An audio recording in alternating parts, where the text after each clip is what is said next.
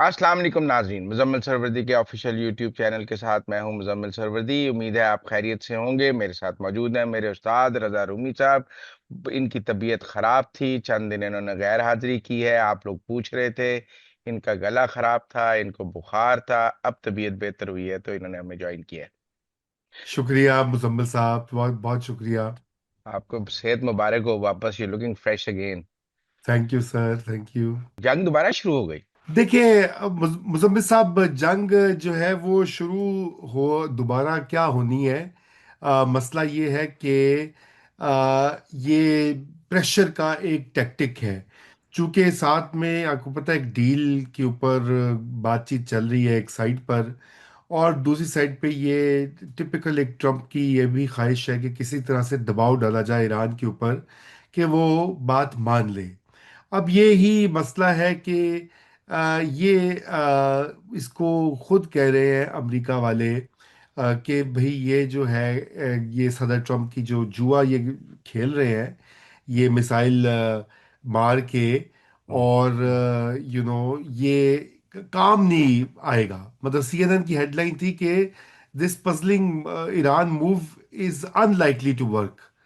क्योंकि वो मतलब इसमें यह है कि खुद एक तो इतने वो अनस्टेबल किस्म की उनकी है अप्रोच, लेकिन दूसरी साइड पे ये भी है कि आपको पता है कि जब आप नेगोशिएट कर रहे होते हैं तो फिर जरा आप थोड़ा सा वो दबा भी लगाते हैं ना। अब ये क्योंकि उस पर बड़ी तनकीद आ रही है यहाँ अमेरिका में कि ट्रम्प जो है वो ईरान की हर बात पे मान रहा है और ये हो रहा है और वो हो रहा है।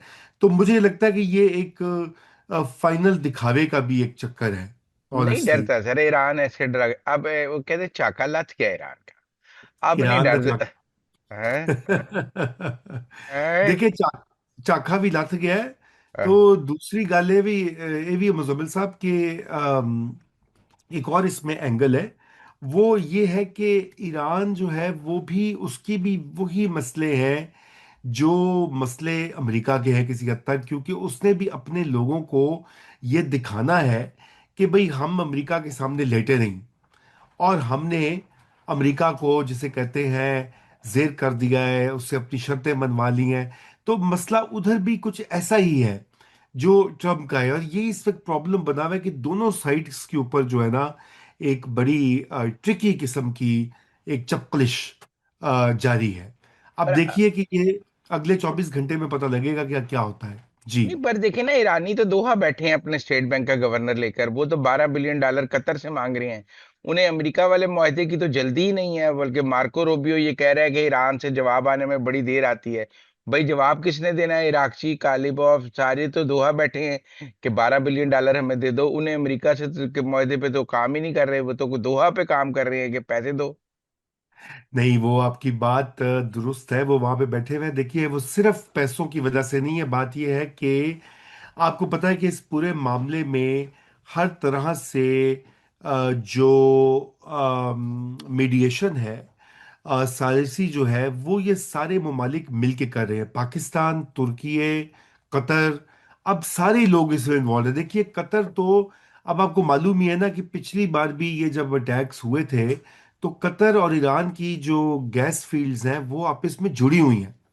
अब वो उनको ये खतरा है कि भाई अगर यहाँ पे बमबारी होती है तो इसका ये मतलब है कि कतर भी उसमें आएगा कि ये जो ट्रम्प बार बार धमकी देता है ना कि जी मैं इनकी एनर्जी सप्लाईज के ऊपर करूंगा हमला। तो अब आप खुद देखें ना कि वो उससे कतर को कितनी तशवीश होगी। और यही वजह है कि कतर इसमें बैक चैनल में काम भी कर रहा है। वो कॉम्पनसेशन के जो मामलात हैं उसमें भी हैंडल कर रहा है। खुद हमारे फील्ड मार्शल आपने देखा कितने चक्कर लगा चुके हैं। मोहसिन नकवी जो मेरे ख्याल से 2-3 दिनों में दो दो दौरे करके आए हैं। तो बात यह है कि ये नहीं अब नहीं, फाइनल। मुझे लगता है ईरान का अब ये मूड है कि अरबों ने अगर अमन चाहिए तो वो हमें पैसे दें, अमेरिका को क्यों देते हैं? नहीं, $12 बिलियन कतर दे अगर उसने अपनी गैस स्टेट ऑफ हॉर्मज़ से गुजारनी है। ओमान दे अगर उसने अपना तेल गुजारना है। कुवैत दे अगर उसने तेल गुजारना है। जिसने हम काम करना है हमारे साथ करना है। अमेरिका स्टेट ऑफ हॉर्मज़ में क्या बेचता है?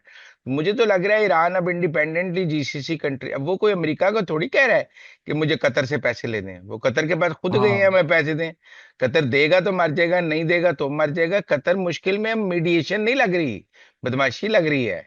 बदमाशी लग रही है। कहते देने के नहीं दे रहे, वो कहते जब बंदे ने किसी से कर्जा लेना हो, बंदा उसके घर जाके आई नो, बैठ जाता है कि देना है कि नहीं देना। तो जाके आई बह नो। गए ने, और वो कह भी ये रहे हैं कि रशियन चैनल से दें या चाइनीज चैनल से दें, हमने स्विफ्ट से अमेरिकन चैनल से पैसे नहीं लेने।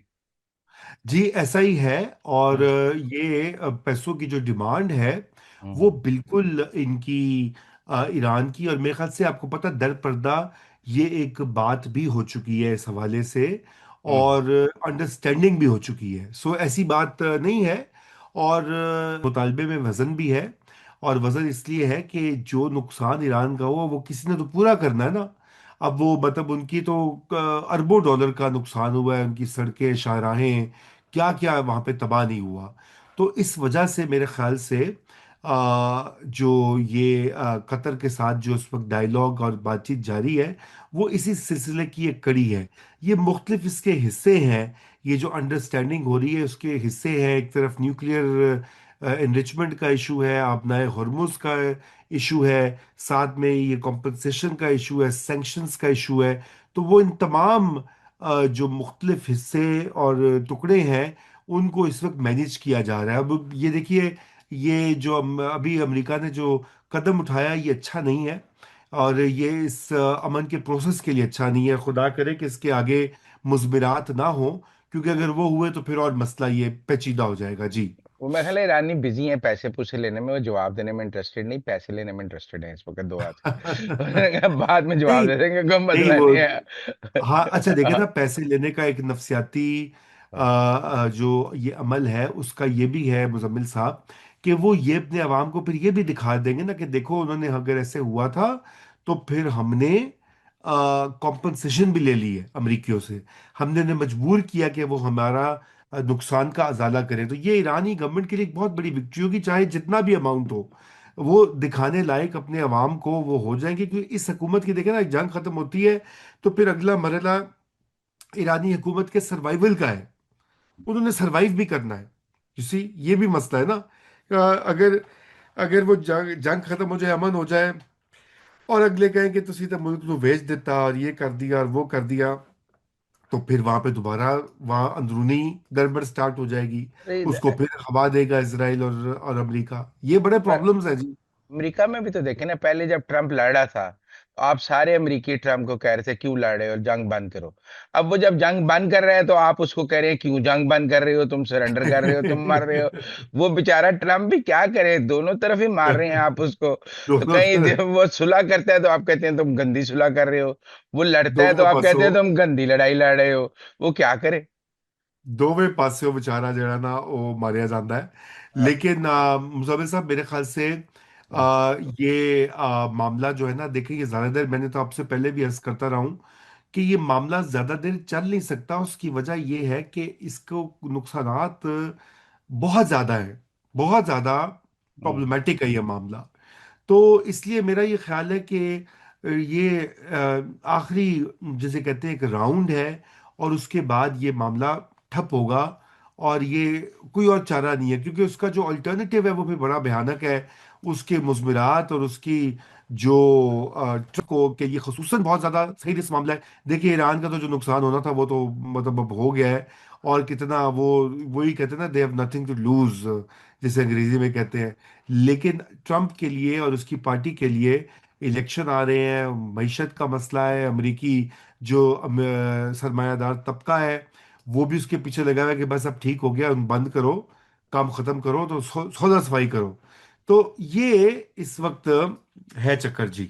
इब्राहिम अकॉर्ड क्या कहाँ से ले आए ट्रम्प साहब के सारे साइन करें, इसका क्या वैसे बना है। ये तो बड़ा ट्रम्प कार्ड निकाला उन्होंने, हैं जी देखें, बात यह है कि अपनी आपने इजरायली खुद, लॉबी को सेटिस्फाई करने के लिए। बस बस आपने खुद ही आपने एक नुक्ते ਵਿੱਚ ਤੁਸੀਂ ਗੱਲ ਜਿਹੜੀ है ਉਹਨੂੰ ਸਮੋ ਦਿੱਤਾ है।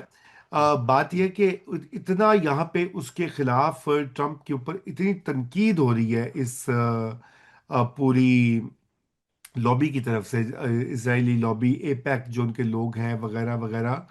तो वो जनाब इस कदर मसला है कि ट्रंप, मेरे ख्याल से उसने फिर ये दिखाने की कोशिश की है कि देखो जी, मैं तो साथ में इन लोगों को ये भी कह रहा हूँ कि आप अब्राहम अकॉर्ड करें, नेतन्याहू को ठंडा करने के लिए एक चक्कर भी है ना। तो जो मुजम्मिल साहब, ये प्योरली एक सिग्नलिंग है। ट्रम्प, उसने उसने ये भी कहा है कि मुझे पता है एक दो के अलावा नहीं करेंगे लोग। और वो एक दो कौन है? वो पाकिस्तान ही है। मेरे ख्याल से पहले पाकिस्तान की इस पर बात भी हो चुकी है, जो इनकी मुलाकातें वगैरह हुई हैं। तो अब ये अपना, मैं ऐसे ये करता हूँ कि बेसिकली ये कोई इसको सीरियसली नहीं लेना चाहिए। मैं तो समझता हूँ कि ट्रम्प की बहुत सी बातें जो है उनको सीरियसली नहीं लेना चाहिए। और खुसूसन आजकल जब वो, जिसे कहते हैं ना, थोड़ा पौंतरे हुआ है, अच्छा, बौखला गया हुआ मोकला गए। है। नहीं, पर आप देखें ना कि वे आउट तो नहीं मिल रहा ना ट्रम्प को, ना सुलह में ना जी लड़ाई में। जी, यही तो बात है ना कि वो वे आउट नहीं दे रहे आपके ईरानी दोस्त। तो वो ही तो तकाजा है। पाकिस्तान भी इसी में लगा हुआ है। वो भी उनकी मिन्नतें गा रहा है कि यार कम करो जरा। नहीं, तो असल में वो जो थ्योरी थी कि फिनिश था ईरान अरबों की, वो फेल हो हाँ, गई है। और अब अरब ही कह रहे हैं कि ईरान को कुछ नहीं कहना, देखो ईरान को कहोगे तो हमें मारेगा। अब बिल्कुल ये। अरब डर गए हैं असल में। अमेरिका डरा है या नहीं डरा, इसराइल डरा है या नहीं डरा, अरब डर गए हैं। देखिए मुजम्मिल साहब, अरब तो बिल्कुल डर गए हैं। गल्फ की रियासतें जो हैं, अब देखें ना कि यूएई की भी सप्लाईज जो हैं वो अफेक्ट हुई हैं बहुत हद तक। मैं अभी बल्कि देख रहा था फ्लाइटें बुक करने के लिए, तो एमिरेट्स की और इत्तेहाद की फ्लाइटें नहीं आपको दिखाई देती। मतलब वो इतने उनको मालूम ही नहीं है कि कितनी देर उनकी फ्लाइट्स कब चलनी है, कब वो तेल की रसद और सप्लाई होनी। कतर तो बहुत सारी लॉन्ग डिस्टेंस फ्लाइट ही नहीं चला रहा। उन्होंने ऐलान किया हुआ है, वहां फोन करे उठाते ही नहीं है फोन, क्योंकि वो उनको ये मसला है कि कोई मसला ना पड़ जाए। तो इससे आप अंदाजा करें, ये बड़े अमीर ममालिक हैं, बड़े तगड़े ममालिक हैं। और इनका ये हाल 40 50 60 दिनों में इतना शदीद उनके ऊपर असर पड़ा है कि अब वो खुद मिन्नतें करें। खुद आप सऊदी अरेबिया को देख लें। सऊदी अरेबिया जो ईरान का कितनी दहाइयों मुखालिफत की खुल के, आपस में इनकी कितनी टेंशन है इस वक्त, वो भी कह रहा है कि बस करो, सुलह करो, और लड़ाई नहीं करनी, क्योंकि ईरान ने हमला करना है फिर।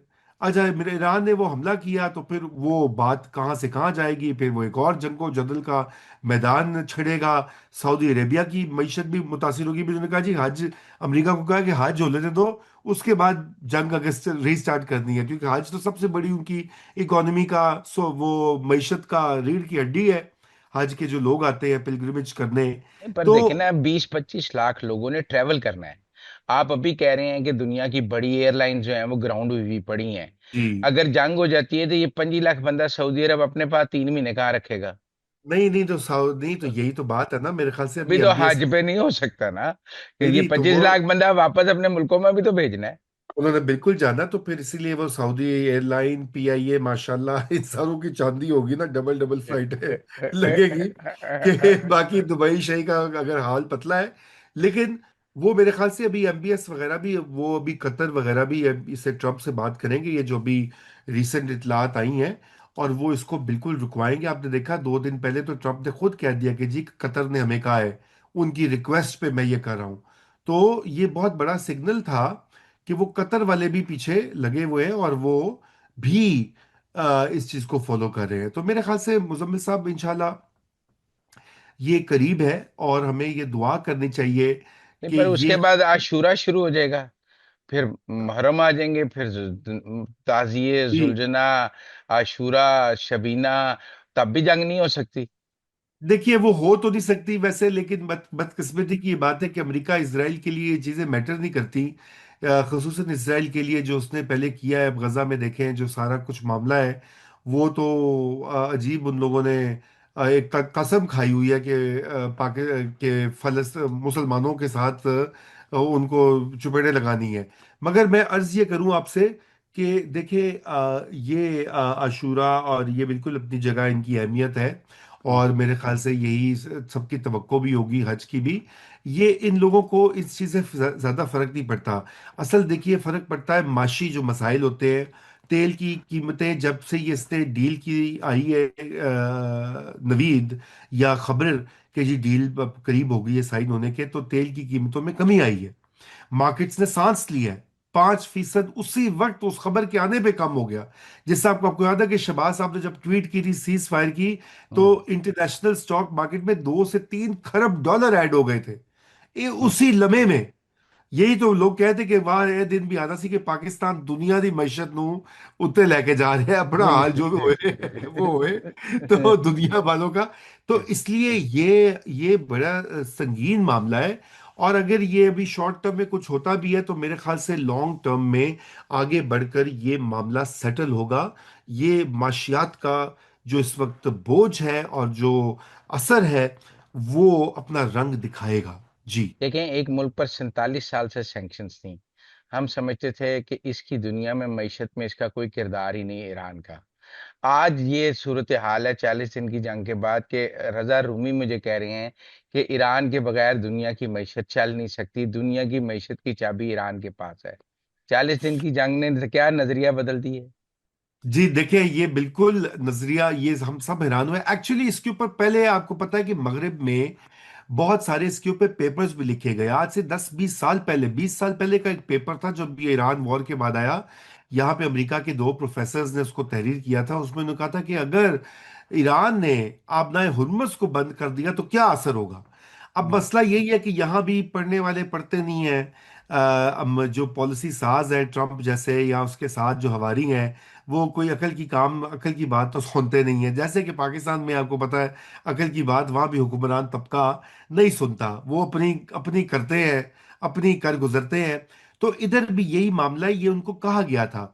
लेकिन इनका ये ख्याल था कि शायद ईरान ऐसा नहीं करेगा, क्योंकि ईरान ये कर नहीं सकता। लेकिन ईरान ने कर दिखाया, और उसका जो फिर असर हुआ है। और फिर दूसरा जो चीज है कि ये ख्याल था कि ईरान के अमेरिका प्रोटेक्शन देगा गल्फ की रियासतों को। अब वो भी आपने देखा था नाकाम हो गया। वो ननी मुनी ममालिक हैं, कुवैत और यूएई और मतलब अब कतर, छोटी छोटी बहरीन। रियासतें हैं, बहरेन। अब उनके ऊपर जाके मिसाइल जा रहे हैं, टैंकरों पे, पानी के ऊपर, बिजली घरों के ऊपर। तो वो उनके तो जिसे कहते हैं हवास बाख्ता, हाथ पांव फूल गए हैं। और हम्म। ये स्ट्रेटजी है क्योंकि ईरान ने, अच्छा इसराइल का भी नुकसान हुआ है अच्छा खासा मिसाइल्स का, क्योंकि एक ये भी जो खाम ख्याली थी कि ईरान का असला जो है वो कम कर देंगे, ड्रोन्स उसके कम हो जाएंगे और ये हो जाएगा और वो हो जाएगा। लेकिन ईरान ने वो भी जारी रखा, पैदावार भी जारी है मिसाइल की जेर जमीन फैक्ट्रियों में। और उन्होंने पहले से तैयारी की हुई थी। और फिर चीन बहादुर भी आपको पता है, वो और रूस पीछे से पूरी मदद कर रहे हैं। खसूसन चीन जो है, वो कहा यह जाता है कि जो मिसाइल्स के जो पार्ट्स हैं, और पता नहीं कोई फ्यूल होता है, मैं देखिए इतनी तक टेक्निकल बातों को मैं नहीं जानता। लेकिन कहा यह जाता है कि वो बहुत सारे जो टैंकर्स तेल लेके जा रहे थे या और सामान जा रहा था, वो जब वापस आते थे तो वो भर भर के चीजें आती थी ईरान की मदद के लिए, अभी भी आ रही हैं। ये जो बल्कि सीज फायर हुआ है, इसके दौरान भी ये कहा गया कि ईरान ने काफी सारी अपनी जंगी तैयारी कर ली है, इसलिए कॉन्फिडेंस है। और फिर इसराइल के कुछ हिस्सों को तो बहुत नुकसान पहुंचाया है ईरान ने, मिसाइल मार मार के। उसमें से ईरान, इसराइल और अमेरिका का ये कहना है कि जी 80% हमने उनके जो मिसाइल थे उनको जाया कर दी, ये उनका दावा है। अगर उनका दावा मान भी लिया जाए तो 20% तो गए ना। अगर 200 मिसाइल फेंके गए हैं तो इसका मतलब है 40 मिसाइल तो लगे हैं जाके, या 100 फेंके गए हैं तो 20 तो लगे हैं। तो मुझे साहब 20 मिसाइल भी आपको पता है बहुत होते हैं। वो भी, इसराइल भी छोटी मुन्नी सी रियासत है। अगर आप उसका साइज, उसकी आबादी देखें तो उसमें भी कोई दमखम नहीं। ईरान एक बहुत बड़ा मुल्क है इन दिस रीजन। पाकिस्तान से 3 गुना बड़ा रकबा है। अक्सर हम ये भूल जाते हैं, जोग्राफिया की किताबों में पता नहीं क्या हम बच्चों को सिखाते हैं कि नहीं सिखाते। उसका रकबा भी बड़ा है, इसीलिए ग्राउंड इन्वेजन भी वहां मुश्किल है करना। यानी कि अगर आप एक साइड से अमेरिकी, ये पहले आया था ना कि ट्रूप्स लेके जाएंगे, बूट्स ऑन ग्राउंड की पॉलिसी थी। फिर वो जब यहाँ पे अमेरिकी फौजियों ने प्लानिंग की, तो उन्होंने कहा कि हम एक साइड से लेके जाएंगे तो दूसरी साइडों को क्या होगा, चार चार साइडों के ऊपर ईरान तो हमें वहां फंसा देगा, जंगलों में, पहाड़ों में, दरियाओं में। तो चुनाचे ये बहुत ही गंभीर मामला है जहां पे फंसा है आके अमेरिका। तो वो और कहते हैं अभी वो टेक्निकल न्यूक्स चला देगा। देखिए जी, टेक्निकल न्यूक्स नहीं चला सकता। और वो मेरे ख्याल से उसके ऊपर उसको, आपने देखा कि अभी अमेरिका की तरफ से ये बात बंद हो गई है। पहले 2-3 बार यहाँ से गैर जिम्मेदाराना बातें हुई, और उसके बाद से आपने सुना होगा न्यूक का जिक्र नहीं सुना। और उसकी वजह यह है कि वो उनको मैसेज चाइना की तरफ से, यूरोप की तरफ से, रूस की तरफ से दिया गया। खुसूसन पुतिन से जब बात हुई है ट्रंप की, तो मुबैना तौर पे उस गुफ्तगू में भी इस तरह का मैसेज दिया गया कि आप ये काम नहीं कर सकते। अगर आप ये काम करेंगे तो हम ईरान के पीछे खड़े हैं, फिर आप तैयार हो जाएं न्यूक्लियर, जिसे कहते हैं, जंग के लिए। कौन अफोर्ड कर सकता है? और ट्रंप अपनी लेगेसी चाहता है, वो ये लेगेसी तो नहीं चाहता कि दुनिया को वो न्यूक्लियर जंग में झोंक झोंक गया है। जिस जंग के खिलाफ वो पूरी उसने कैंपेन चलाई, सियासत अपनी चमकाई हुई है, तो वो उसका इंतहा पे ले जाए दुनिया को, ऐसा भी मेरे ख्याल से नहीं होने वाला। बहुत मुश्किल है। खैर, दुनिया में बहुत कुछ तारीख में गलत होता आया है, इसलिए कोई कोई भी चीज़ हतमी नहीं कहनी चाहिए। लेकिन मुझे नहीं लगता कि ऐसा होगा जी। एक ये हम ईरान अमेरिका आज केफ पे बहुत बड़ा हमला किया है रूस ने, और वो यूक्रेन को बहुत मार रहा है, बल्कि रूसी वजारत खारजा ने कहा है सब गैर मुल्की केफ से निकल जाएं, केफ इज अंडर थ्रेट। तो ये रूस को तो बहुत ही फ्री फॉल विक्ट्री नहीं दे रही अमेरिका यूक्रेन पर, यूरोप भी खामोश है। देखिए जी, मेरे ख्याल से डील ही पुतिन के तो आपको पता है, ट्रम्प तो शुरू दिन से उसने तो कह भी दिया था उसको। वो जेलेंस्की जो है यूक्रेन का सदर, उसने कहा तू अपने कार जा, ते बड़ा नाशुक्रा है, ऐसी तेरी बड़ी मदद की थी है, बस उन गल मुक गई है। क्योंकि ट्रम्प की ये ख्वाहिश है कि रूस को कुछ देकर ये जंग बंद की जाए। क्योंकि ये इस जंग की वजह से भी बहुत ज्यादा अमेरिका का खर्चा हो रहा है, असलहा। और ये इधर अमेरिका में आपको पता है बहुत सारे लोग हैं वो इस जंग को जो खुसूसन नियो कॉन जिन्हें कहा जाता है, या दीगर एक पूरा हल्का है जो कहता है जी यूक्रेन को हमने ये करना है, क्योंकि वो पुरानी कोल्ड वॉर की थिंकिंग है, रूस हमारा दुश्मन है और दुश्मन को मजा चखाना है और ये करना है वो करना है। तो हकीकत ये है मुजम्मिल साहब कि वो ट्रम्प ये चाहता है कि ये मामला सेटल हो। रूस पहले मान नहीं रहा था, वो कहता था कि जी मेरे हवाले कर दो जो एरिया मैंने कब्जा किया है आगे बढ़कर, और वो मेरा हो जाएगा और मेरे टर्म्स के ऊपर सीज फायर होगा। अब वो नहीं हुआ। तो अब होना ये है मुजम्मिल साहब के, ये मेरे ख्याल से ज्यादा देर ये भी जंग नहीं चलेगी, क्योंकि अमेरिका ने ऑलरेडी सप्लाई बंद कर दी हुई है यूक्रेन के असले की।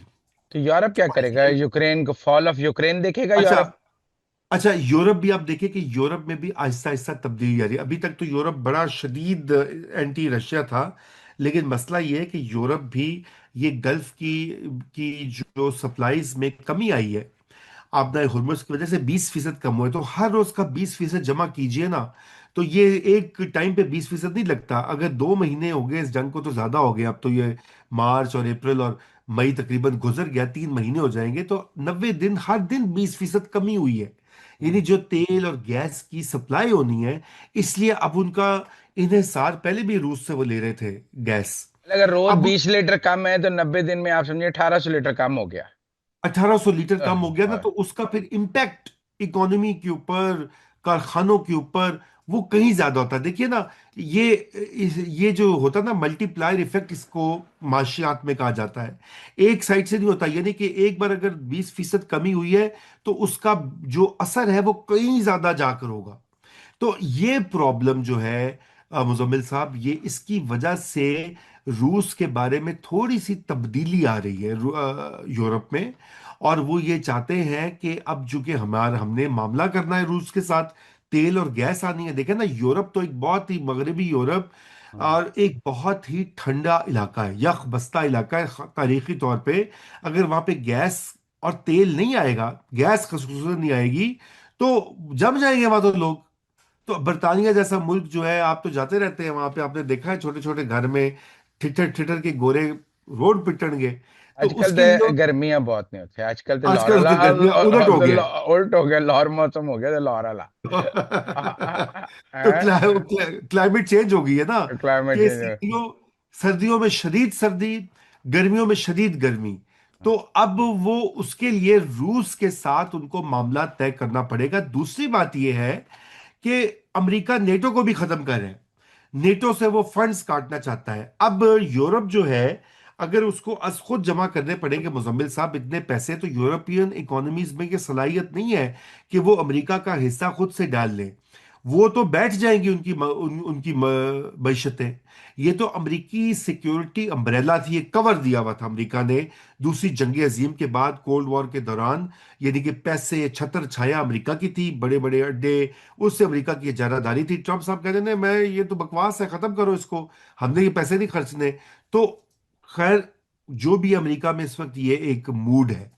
और ये छत्र छाया अगर कम होती है, इसमें कमी आती है, तो फिर रूस तो एक गालिब कुव्वत है, वो तो एक न्यूक्लियर पावर भी है, और उसकी फौज तगड़ी है। रूस का भी हाल कुछ हमारे जैसा ही है कि मैशत वैशत को इतनी आगे नहीं है, बस वो जो है तगड़े हैं, फौज और न्यूक्लियर वेपन्स। और जैसे हमारे पास अब मादनियात और गोल्ड और कॉपर, ये सारा कुछ मौजूद है, जिसकी अब एक्सप्लोरेशन भी मजीद होगी। तो उधर भी ऐसा ही मामला है, इंडस्ट्री वंस्ट्री वहां भी कोई खास नहीं चलती, या मैन्युफैक्चरिंग में इजाफा नहीं है। तो यूरोप को एक बहुत बड़ा प्रॉब्लम होगा। इसलिए बेहतर ये कि वो मामला तय करेंगे आने वाले सालों में। एकदम तो ये नहीं होगा, बड़े मखासमत है पुरानी, लेकिन आने वाले सालों में आप देखेंगे कि आहिस्ता आहिस्ता ये रूस के साथ इंडिविजुअल सबकी डील्स होगी, और चाइना के साथ भी। और देखिए ना, चाइना के साथ तो मामला उनका ऑलरेडी सेट है। और चाइना के साथ जब उनकी मजीद गहरे ताल्लुकात होते हैं, तो फिर रूस के साथ ऑटोमेटिकली ताल्लुकात होंगे, क्योंकि रूस और चाइना यूं है, भाई भाई, एलाइज हैं। दुनिया भर में उनका एक वर्ल्ड व्यू है सिक्योरिटी के ऊपर, जो कि अमेरिकी वर्ल्ड व्यू से बिल्कुल फर्क है। वो ये कहते हैं कि किसी एक मुल्क की अजारादारी नहीं होनी चाहिए, नंबर एक। नंबर दो, वो कहते हैं कि मुख्तलिफ जो रीजनल पावर सेंटर्स हैं, वो कोई मिलजुल के रहे, लेकिन हर रीजन की अपनी अपनी पावर, हर मुल्क की अपनी अपनी पावर है, और उसकी सिक्योरिटी का एहतराम करना दूसरे ममालिक पे लाजिम है। ये अमेरिका वाला काम नहीं है कि आज वेनेजुला का सदर पकड़ लो, उसको बंद कर दो, आज ईरान पे हमला कर दो, परसों लिबिया को कजाफी को मार दो, उससे पहले सद्दाम को मार दो, अफगानिस्तान में 20 साल जाके जंग चलाओ। वो बिल्कुल इससे फर्क है चीन का नजरिया। रूस है अग्रेसिव इस मामले में, लेकिन चीन तो ये कहता है कि ये काम करें ही ना आप रीजनल लेवल पे करें, और रीजनल कॉपरेशन मुख्तलिफ जगहों के ऊपर, ये एक बिल्कुल उनका एक अलग सिक्योरिटी का वर्ल्ड व्यू है। और वो आहिस्ता आहिस्ता इसको, उसकी तरवीज भी कर रहे हैं। देखे ना अभी कितना उनको कहा है चीन को, कि हमने भी कहा होगा कि तुसी आ जाओ, सुलह कराओ, कोई विच गारंटी दो, कोई दाबा लाओ ईरान नू, कोई अमेरिका नू अखा विखाओ। उन्होंने नहीं किया, उन्होंने कहा हमने अपनी मैशत पे तवज्जो दे रहे हैं। ये 5 पॉइंट्स हैं। इंटरनेशनल लॉ को करें, बॉर्डर्स को प्रोटेक्ट करें, ईरान की खुद सालमियत पे आंच ना आने दें, और इसकी जंग बंदी कराएं। और पाकिस्तान को कहा जाओ भाई छोटे, शाबाश, जाके सौदा कराओ। तो आगे आपको पता है कि फिर पाकिस्तानी भी धड़ाधड़ वो भागे भागे पहुंचे। उन्होंने कहा कि जी, क्योंकि चीन को भी आपको पता है असर हो रहा है। ये माशी जो इम्पैक्ट है, ये सिर्फ पाकिस्तान पे थोड़ी हो रहा है, हिंदुस्तान पे, चीन पे तो और भी हो रहा है। और चीन के स्टेक्स कहीं ज्यादा है, दुनिया की सेकंड लार्जेस्ट इकोनॉमी है। कितने 3-4 दहाइयों से हाई ग्रोथ रेट उनकी चल रही है। अगर ये तेल की सप्लाई और कम होती है, गैस की सप्लाई और कम होती है, उनको इम्पैक्ट आएगा। वेनेजुला पहले ही उनका अमेरिका ने वहां पे मामला ठप कर दिया हुआ है। तो इसलिए चीन की भी ये दरपर्दा यही ख्वाहिश है दुनिया कि ये जंग। सोच रही है नवंबर में ट्रम्प इलेक्शन हार जाएगा तो फिर ये सब कुछ नहीं होगा, और मिड टर्म अगर वो हार जाएगा तो दुनिया बदल जाएगी। नवंबर तक का इंतजार करें। जी देखिए, ये बिल्कुल ये लोग ये कह रहे हैं, और ऐसा होगा भी। मेरे ख्याल से तो ट्रम्प की पार्टी जो है वो नहीं जीतेगी, लेकिन क्या फौरी तौर पे पॉलिसी बदलेगी? नहीं, फौरी तौर पे बदलेगी। देखिए होगा ये कि ट्रम्प फिर बिल्कुल, जैसे आपको याद है ना कि जनरल मुशर्रफ ने वर्दी उतार दी थी नवंबर में जब उन्होंने 2000, आप तो माशाल्लाह रिपोर्टिंग करते थे लम्मा ब लम्मा। तो हाँ। पहले वो वर्दी में थे, सदर भी थे, चीफ एग्जीक्यूटिव भी थे, chief of the army staff भी थे। वर्दी उन्होंने उतार दी। वर्दी जो ही उतारी तो लेम डक हो गए, लेम डक हो गए। और कियानी साहब ने यूं निकल के उनको, उनके खिलाफ पूरा महाज खड़ा हुआ। इलेक्शन में उनकी बनाई हुई पार्टी को शिकस्त हुई। उसके बाद कुछ ही महीनों में वो फारिग हो गए, उनका मुआवजे की धमकी आ गई।